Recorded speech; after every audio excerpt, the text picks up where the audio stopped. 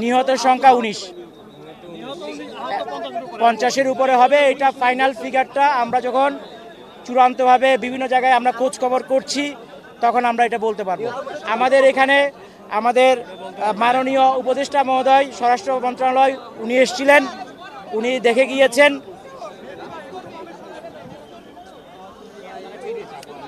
এই ছিল আজকে এখন পর্যন্ত আপনাদেরকে দেওয়ার মতো সংবাদ। এটা একটি দুঃখজনক ঘটনা।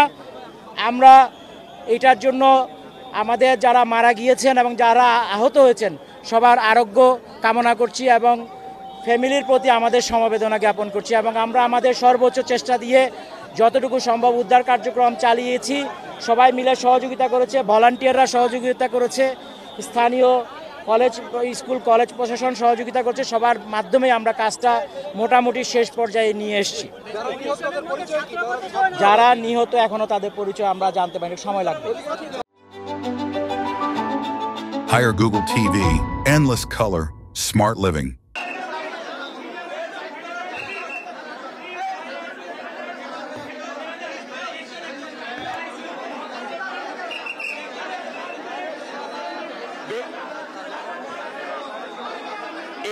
এখানে যারা ভর্তি হয়েছে তাদের অধিকাংশই হচ্ছে শিক্ষার্থী এবং শিক্ষক। একজন মহিলা শিক্ষক, তার বোনের সাথে আমি কথা বলেছি।